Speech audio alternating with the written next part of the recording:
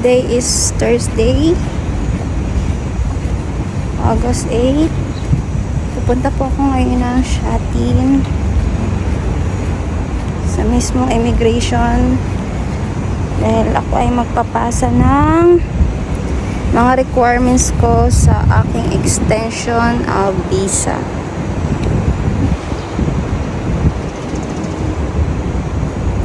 Ayusin muna natin yung sapatos ko.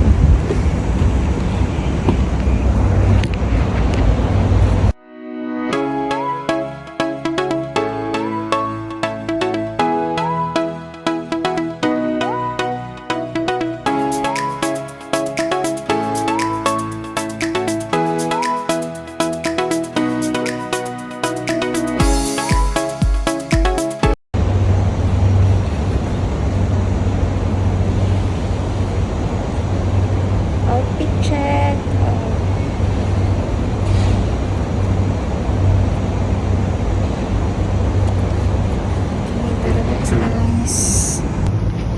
Let's go. Ito nga po pala yung building namin. Nasa 18th floor kami nakatira. Kailangan natin magmadali at mag-aantay pa tayo ng bus. Actually, 8:45 pa naman yung office hour ng immigration dito sa may Shatin. Okay lang.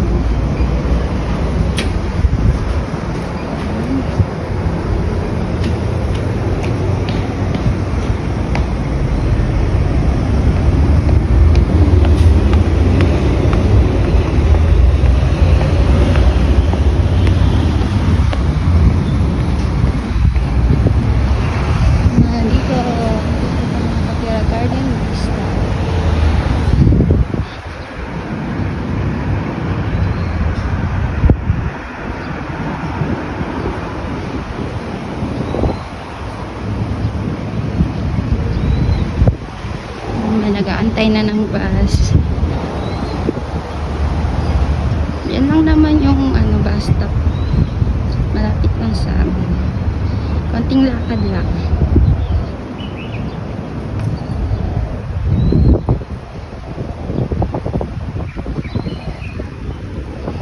Kaya lang din ako mag-antay.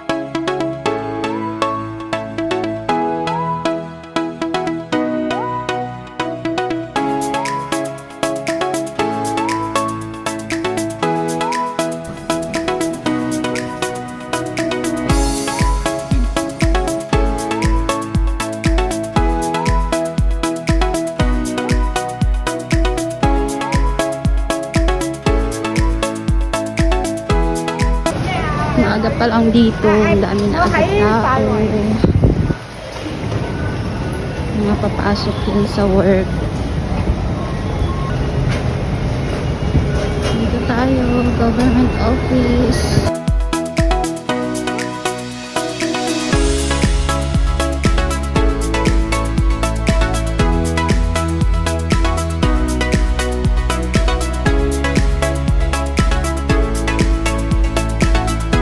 kinakabahan ako. First time ko kasi pumunta ng immigration dito sa Hong Kong. Medyo kabado tayo. Normal lang yun sa mga first timer.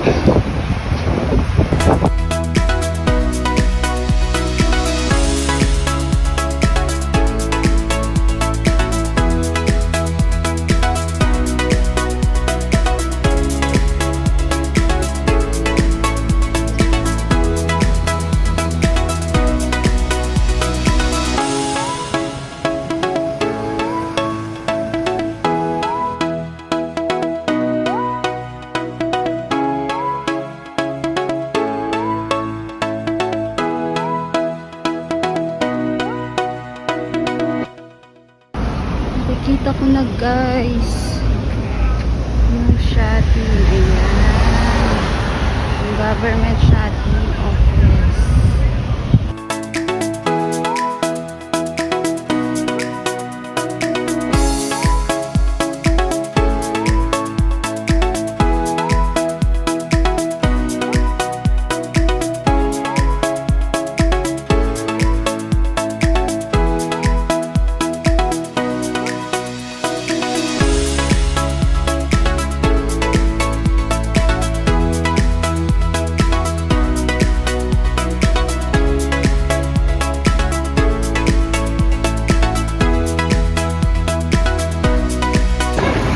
Guys, makagaling ko lang sa immigration.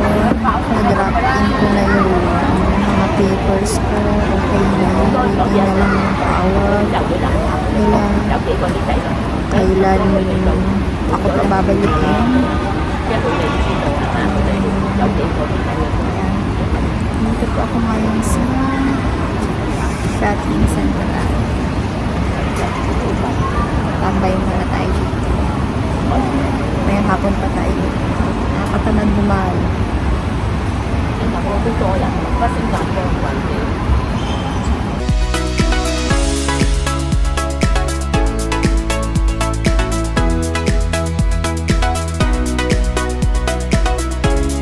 Tayo ngayon sa Newtown Plaza guys. 3 minutes sa labas.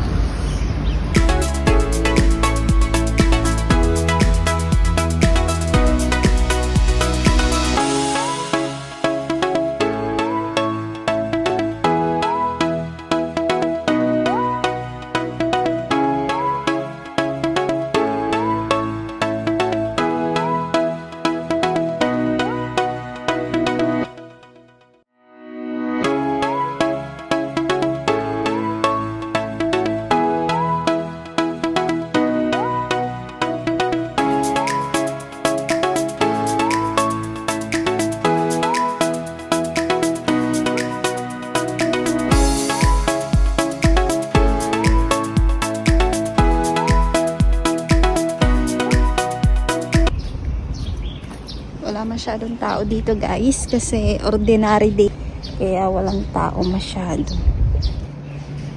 Dito lang muna tayo, gala-gala, lakad-lakad, pampalipas ng oras. Nakakatamad gumala. Kung wala lang po sana akong importanteng lakad ay hindi po ako lalabas. At saka kailangan ko rin gamitin yung statutory holiday ko.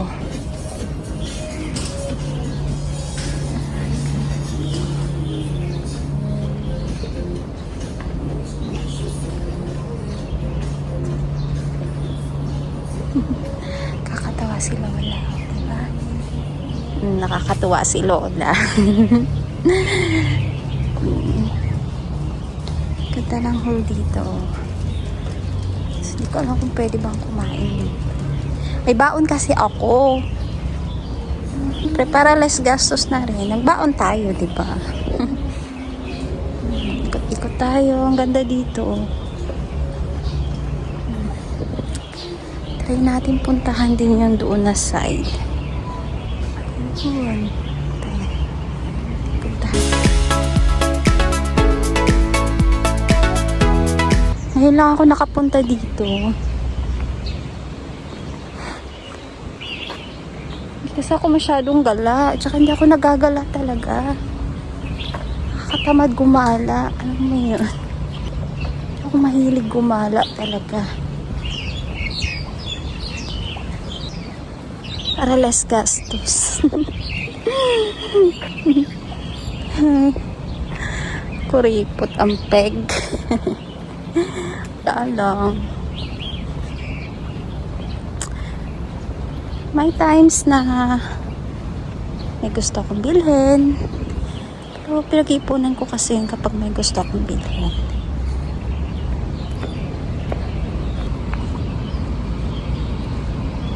Especially sa mga natatanda, yan. Sarap sa paan yan. Nakatry na ako yan, guys. Ito, may nag-aano din, di ba? So, pwede na ba dito? Dito na lang siguro akong kakain na. Meron din doon, pero try natin doon. Punta tayo doon. Wala masyadong tao, kasi ordinary day ngayon. Which is good. Diba? Ito yung kinaganda dito sa Hong Kong. Kasi,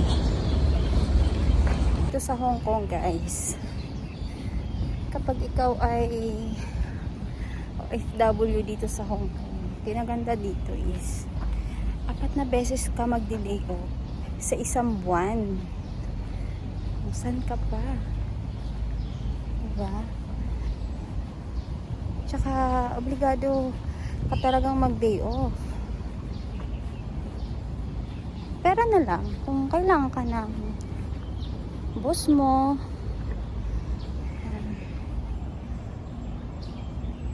kailangan ka ng boss mo,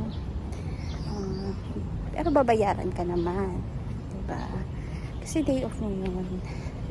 Kailangan mong mag-day off. Tapos kung kailangan ka naman ng boss mo, ay babayaran ka sa buong isang araw mo. O pwede ka ding mag half day kung gusto mo, or depende sa boss mo kung paghahapdihin ka, 'di ba? Pero babayaran 'yun. Counted 'yon as OT mo. Okay, nandito na tayo. Kain tayo dito. 'Di ba ang ganda? Dito tayo kakain. Yan ang baon ko. Ganda, dito tayo kakain. May pagkanyang pa sila. Saan ka pa? Okay, kain tayo dito, guys.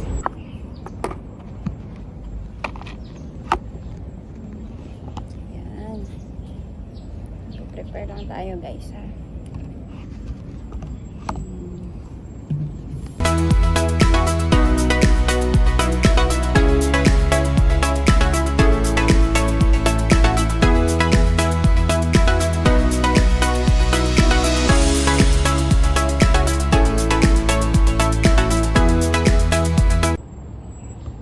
Kain tayo, guys. Kain tayo.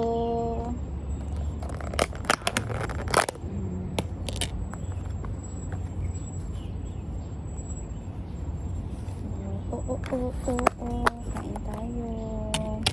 Ito ang aking ulam for today. Ayan. Ang aking ulam. Fish nuggets and Taiwan style sausage. That's it, guys.